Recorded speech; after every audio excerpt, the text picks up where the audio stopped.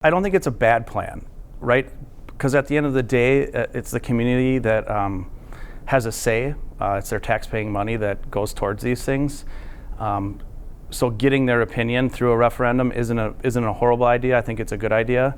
When we're always talking about closing schools, it makes everybody a little bit nervous, especially if you're in a boundary where your school could be closed. It's not an easy decision to be made when you have numbers of kids declining every year. However, with that being said, I think there's a lot to be said for the community and their voices, and their voice really stands out that they want their neighborhood schools.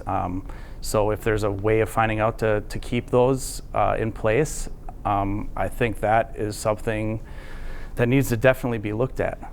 If that's in regards to looking at the budget a little bit more, finding out ways that we can save some more money to make sure that these schools exist and keeping everybody happy. I'm not sure that we need a brand new school someplace, but I guess my other concern is, why aren't we looking at the district as an entire district? We seem to, first of all, spend some time talking about the high schools. That was a big thing on the table. And now all of a sudden we're talking about elementary schools. I would think we should be able to come up with one plan that encompasses those needs. And I question the foresight. Where was this thinking a number of years ago? Decline enrollment just didn't happen last night. It happened as the years go through. You look at kindergarten enrollment. So why did it take us so long to get to this point? And so I'm just concerned, and we need an overall plan to fix the district facilities. Well, I think there should be more options, and they should be clear. I don't know, again, if everybody's necessarily sold on building a new school at the Hogan site. And then, again, I don't know, I'm just saying this is a little piecemeal in terms of what's going to happen to Hogan. Where does Hogan go? So how does that fit into the entire picture? And so we get piecemeal type things. And so why don't we have an entire picture what the district can do to be at its best? I support the idea of consolidating Spence and Emerson together. I think that we have enough elementary schools that they could be consolidated into, maybe not necessarily both into the Hogan building, but I don't really want to see a referendum causing more money for the taxpayers at this point. Yes, I believe that our teachers and our students deserve the best and the most modern, but I think at this time, taxpayers need a break from referendum after referendum. I believe that we could close Emerson and we could close Spence, and those students could be added to other schools. Like they could go to Hamilton, they could go to Northwoods, they could go to Southern Bluffs, they could go to Hintgen, they could go to State Road, they could go to Northside, even Summit. We have enough schools, we could fill them with the students. It's just a matter of figuring out which school would be the best fit. I think the referendum as it's currently posed is based on a sense of fairness and a sense of well-established information that is readily available to any of us if we wanted to go out and do that. What I appreciate is where the current board is right now is that there's still an openness to determining what the referendum really entails.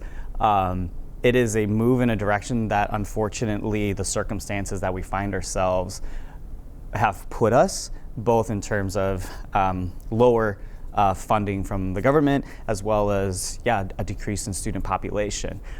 So with those in mind, there are things that we have to do. It would be similar to if at home we realize that the amount of money coming in is less than what our budgets are, we have to make hard decisions. And it's similar with our school district. We have to make some hard decisions. And the referendum as it's currently posed, it's a hard proposal, and I know it impacts a lot of people. The truth is, any referendum as it currently stands based on the information that we have at our fingertips is going to be a hard proposal. When it comes to referendums, I think I, like the rest of the community who is very incredibly supportive of public education, wants to support that referendum. But what I think needs to happen is I'd like us all to be able to see a more clearly articulated, bigger picture and how this or any future referendum fits into that goal of heading toward that vision. I think we need to have a vision that's clearly articulated, and every decision we make should be heading us toward that. So I think if we can get that together, I think, yes, I think I absolutely could, and I hope I can, because I hope the city can, because I think the goal is pure, that we want to, right size the district and move forward. But again, I would like to see that bigger picture vision and know that we're heading towards something, instead of feeling like I think a lot of the community does, as I feel like we have Band-Aid fatigue, and I think that's what I would like to be a part of helping change and be able to have more articulate, where are we going, how does this fit in? I think that's what's important. I'm naturally weary against any kind of school closures. I'm against school closures unless we're absolutely forced to. This is one of the reasons why when I originally started running, I wanted more of the referendum, because we do need the public support on this too. I think this is mostly something which the school board has to have public support while doing anything. And no matter what, these decisions are going to impact us all. It's not something that's going to be popular at all. I don't think we're going to have a solution that's going to fit everyone's happiness at all here. But I'm very happy to hear that there is a referendum at least put out there that, again, the community needs to vote yes or no on this too, because the school board needs to regain the trust of the community of this. We've already used so much time in what is a budgetary decision that's already going to fall on the backs of our teachers and staff regardless. A referendum means that there are going to have to be cuts because they have to find other levers to balance the budget. And also we're asking more from our community to pay more for our education in a way that I just don't know. I don't know. I have been watching along for months and months. I don't even know what the right course of action is because I just don't have enough information as a voter, as a district member, as the spouse to a district employee, what's best for the district based on the information I've gotten from conflicting information from the FAC, from the board, and even from Dr. Engel and all of these things. There's just a lot of things at play that make it very difficult to support or be against it. First of all, I'm really glad it's going to a referendum. We're going to see what the people have to say. We passed a referendum not that long ago, and I believe we got 40 million or 60 million, I'm not sure.